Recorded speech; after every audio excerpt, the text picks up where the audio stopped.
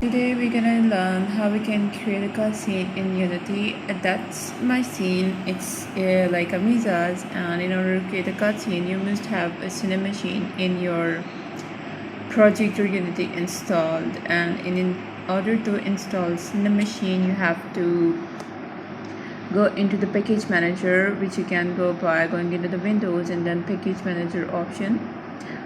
From here you can just go into the registry, and there are different options. Make sure that you are in Unity registry. That is actually the assets that are offered by Unity. And over here you have to check for the Cinemachine. Mine Cinemachine is already installed. I already installed it, that's why it's showing install.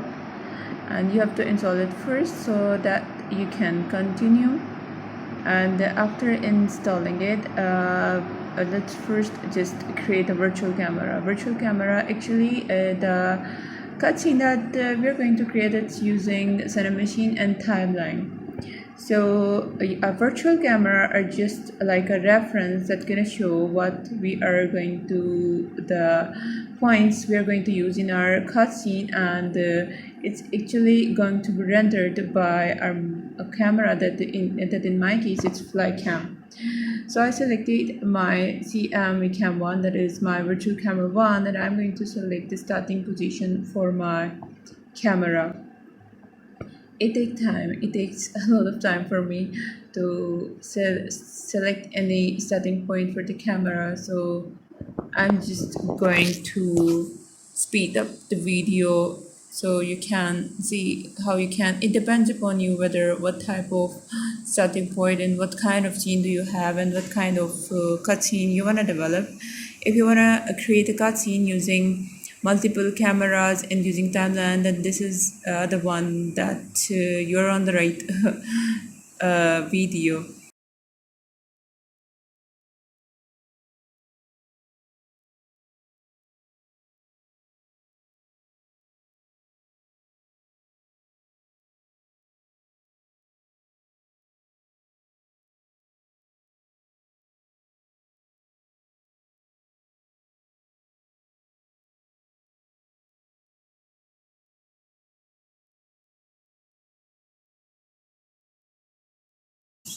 And if you can see in the inspector that there is a body and it shows transposer.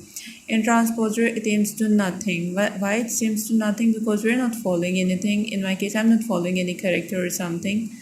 So it's just, I'm going to select it to none. And for timeline, you have to just go into the windows, and from sequencing you can select timeline and create a new timeline. And the timeline, I have already a folder created a timeline in the assets, and I'm going to name it desert in order to create a timeline for my currency. And after creating the timeline, just select the timeline, it's gonna open up. And first I'm going to create an activation track and then an animation track. Why create an activation track? The purpose is that because I'm going to use multiple cameras in my cutscene, that's why I'm going to create this activation track, so I can just switch off one and then I can move to the next camera. After getting an activation and animation track, I'm going to set the recording for my current camera, that is my virtual camera 1, and make sure that the white line that is on the timeline is on the 0. And in order to record, you can just select the starting position from the transform component, and you can even use you can set the value from your scene. And after setting the value, you can see that there is a kind of a key value or a kind of a dot that's going to appear on your timeline. Once you select your starting position, you can move the white line to a bit more distance, and you can select the next point that you want, that you are looking for your cutscene. And you have to do the same for making a cutscene all the way, making good points and then moving forward. The distance can be adjusted later. First you just have to mark the points and the way you want to create your cutscene.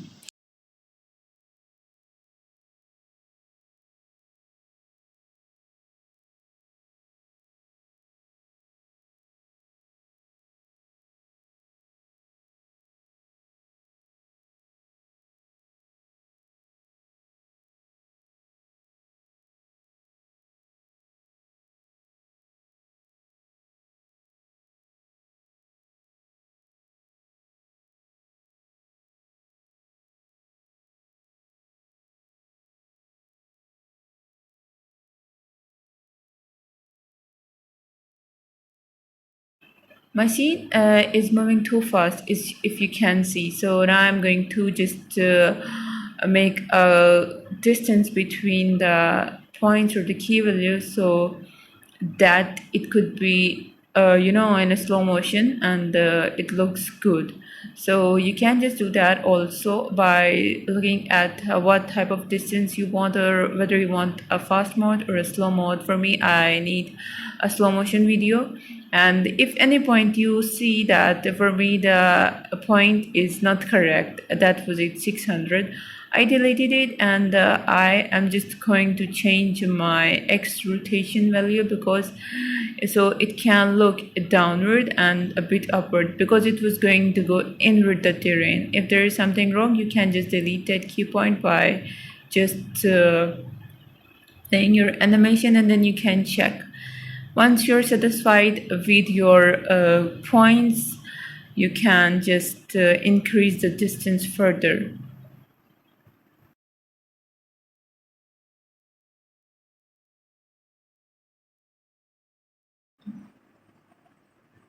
So same thing I'm doing. It's like I'm just changing body and aim to do nothing. I'm not following anything, and I did a mistake over here. What I did here, I haven't created any empathy game object for the timeline, and the timeline was automatically created on the camera one. That was my virtual camera. So timeline must be separate. Why separate? Because multiple camera. When I'm going to just turn off my camera one, timeline is gonna switch off. So this is nothing, this is not something that I want. So I'm just going to copy the playable director component from my virtual camera, and then I'm going to place it on the timeline, the empathy game object that I created, and I'll check if it's working fine on the empathy game object where I attached.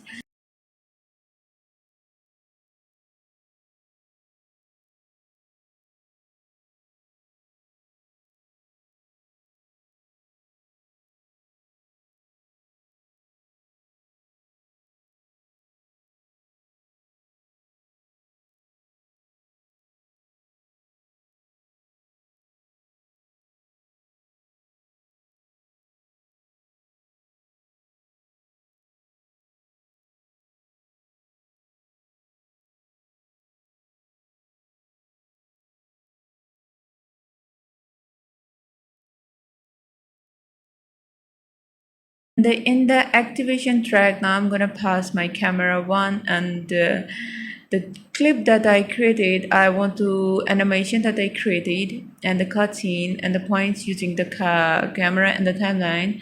I'll convert that into a clip. You can also do so by right clicking and then convert to clip option, and then you can set the activation track with the animation track. Okay, and I'm gonna create another virtual camera, that is my camera 2, where I'm going to record from a different angle, and then I'm going to use these two cameras for creating my cutscene. And I'm going to repeat the same thing. I'm just going to create another activation track and an animation track for the virtual camera 2.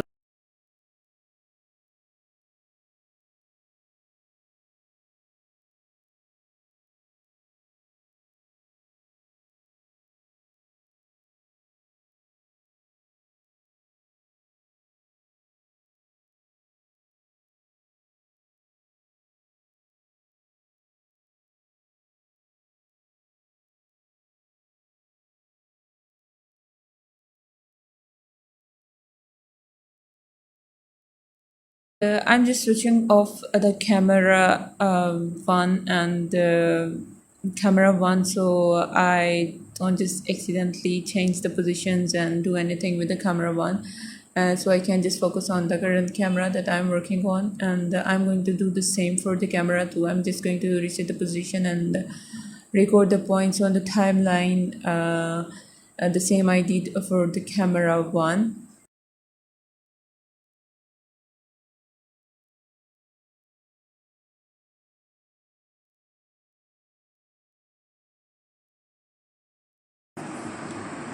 After recording the points, I did something horrible, but it was not that much horrible, because there was just a rotation mistake that I did. So I did the same. I did delete some key points for the starting points, and then everything was working fine.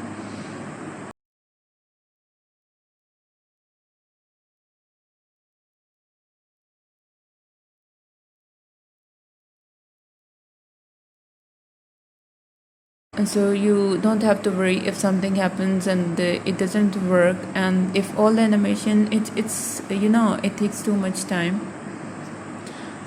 So there is another option in the Cinemachine brain that is the default blend, the way you want to blend. If you select is in out or something else, and what it happens, you can just actually see that when my camera switch from first to second, it just relay these two cameras, and I don't want them to relate. For example, I just quickly want my camera 2 to start instead of my camera 1.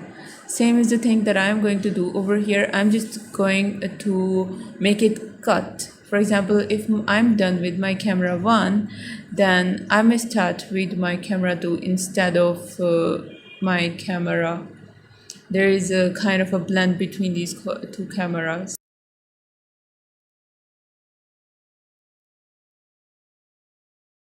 When you are just done with your camera 1, this is how your camera 2 is gonna start without any blend. It depends upon your requirements, how you want to create your cutscene. So that was a kind of a very basic information how you can use timeline and how you can use multiple camera from Cinemachine to create cutscene. Hope you understand it.